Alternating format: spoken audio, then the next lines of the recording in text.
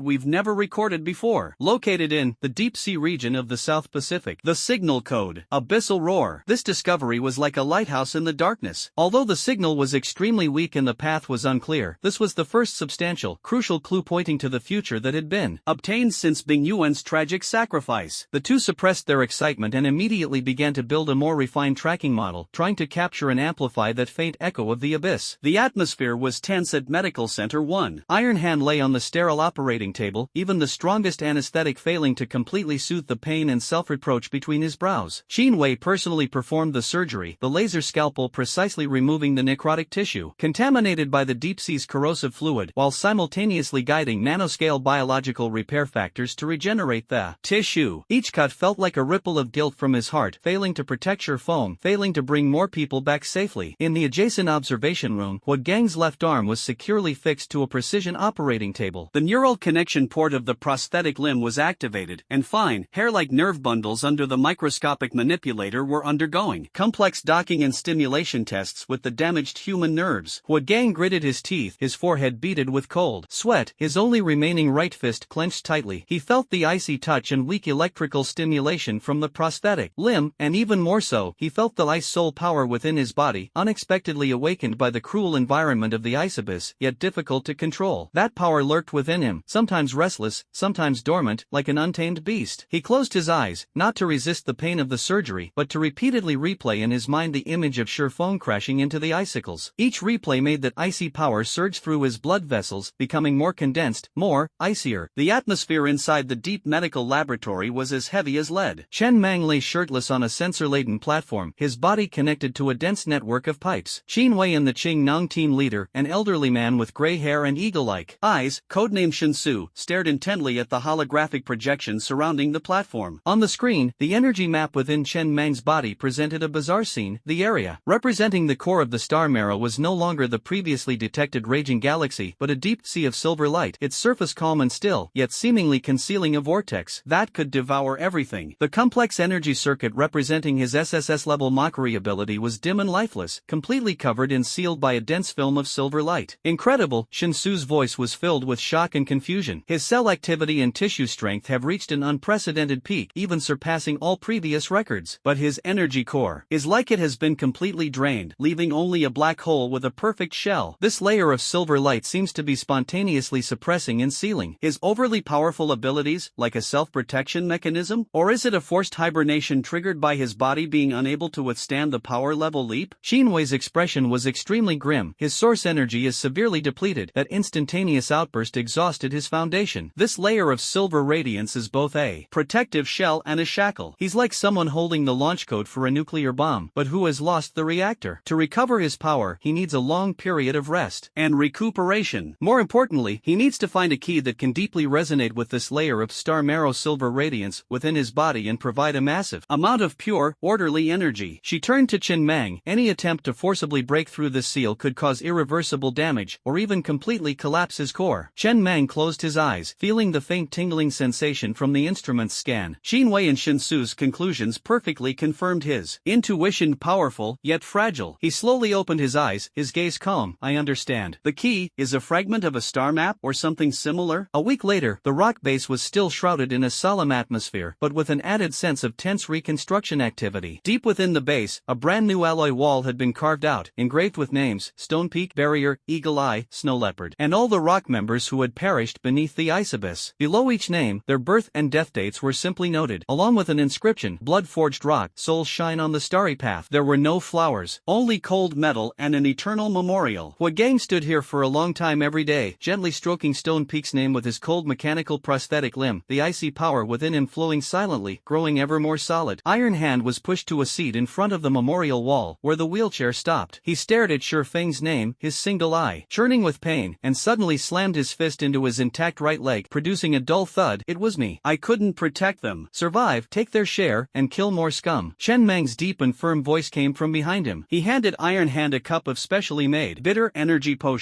Xinwei said your corrosive wounds are healing well, but nerve regeneration will take time. Don't waste this opportunity. Iron Hand took the cup and drank it all in one gulp, the scalding medicine seeming to burn into his heart. He looked up, the pain in his eyes undiminished, but now tinged with a ruthless resolve. I know. The atmosphere in the base command center was incredibly tense. Lin Yu's holographic projection stood at one end of the conference table, next to a middle-aged man with a serious face and a special dragon emblem on his epaulets, the Candle Dragon Envoy, codenamed Yazi. At the other end sat Chen Mang, whose face was still pale, in the main seat, along with core members Liuli, Beige, Huagang, whose left arm was in a brace, and Taizo, who was sitting in a wheelchair. Lord Zhulong pays the highest tribute to Pancher's merits and sacrifices at the Eye of the Cold Abyss. Yazi's voice was cold and rigid. Based on this, the Dragon Group officially confers the title of Guardian of the Dragon Abyss on Comrade Chen Mang, upgrades his authority level to A+, and grants him partial access to the Dragon Group's core database Kunlun Ruins, promising to prioritize providing Pancher with cutting-edge technical support and material supplies. He paused, his sharp gaze sweeping over Chen Mang, at the same time, to ensure national strategic security and the controllability of our forces. All actions by Pancher involving fragments of law, relic exploration, and SS-level threat responses must be reported to the Dragon Group's Supreme Command, Zhulong, in advance and subject to on-site supervision by the Zhulong's Eye Oversight Team. All high-value relic items and technologies acquired must be registered with the Dragon Group and shared for research. Impossible. Chen Mang's voice wasn't loud, but it was like a cold stone thrown into water, instantly freezing the other person's words. He raised his eyes, the silver light in them calm as still water, yet carrying an undeniable power. Rock is an independent shield. We can cooperate, share intelligence, and fight side by side for the country. But the decision-making power for core operations must be in our own hands. Filing a report is fine, sharing research results is fine, but on-site supervision of Eye of the Candle Dragon is absolutely impossible. This is the bottom line. Iron Hand, sitting in his wheelchair, spoke in a hoarse but forceful voice. Huagang remained silent, and the surrounding temperature seemed to drop several degrees. Yazi's face immediately darkened. Comrade Chen Mang, this is a decision made by the Dragon Group's highest command. This is for the sake of the overall situation. The big picture requires strength, but even more so, it requires trust and efficiency. Lin Yu spoke up at the right moment, her voice calm and firm. She looked at Yazi and said, the Battle of Ice Abyss has proven that in the ever-changing, extremely dangerous environment of ruins, excessive intervention will only bring catastrophic delays and sacrifices. The core value of Rock lies in its independent and efficient decision-making and unique combat power. What the Dragon Group needs are partners, not puppets. The meeting room fell into a stalemate. The air seemed to freeze. Ultimately, after several rounds of intense remote negotiations and Lin Yu's strenuous mediation, the Candle Dragon's side made a compromise. A new strategic cooperation framework agreement has been reached. Core principle: Rock maintains its independence in action, and Dragon Group respects its decision-making mechanisms. Reporting system: in major operations involving SS-level threats, fragments of laws, or key relics, Rock must report the objectives, risk assessments, and required support to the Dragon Group's Supreme Command in advance. Results sharing: all relics and core technologies obtained by Pancher must be registered with Dragon Group. Both parties will conduct joint research, and the benefits will be distributed according to contributions. Dragon Group will provide corresponding technical support. Coordinated operations: when the nation faces an SSS-level threat or involves significant national interests, Pancher must unconditionally respond to the Dragon Group's call and accept unified coordination and command. Chen Mang retains the right to make on-the-spot decisions on the battlefield. Support and oversight: the Dragon Group promises to provide resource support. It has the right to send non-combat technical observers, non-supervisors, to participate in rock-related research projects, but has no command authority. Intelligence sharing: both parties establish a dedicated encrypted intelligence channel to share intelligence on common threats such as the Cult of the End, the Ravens, and the Deep Ones. The tense atmosphere in the meeting room eased slightly as the electronic seal of the agreement was affixed. While not perfect, the agreement represented the best possible balance between the two sides under the current circumstances. Independence and national responsibility found a delicate balance at this moment. After the agreement was signed, Pancher's development path became much clearer. On one hand, with the help of the Dragon Group's access to a portion of the Kunlun Ruins database and A+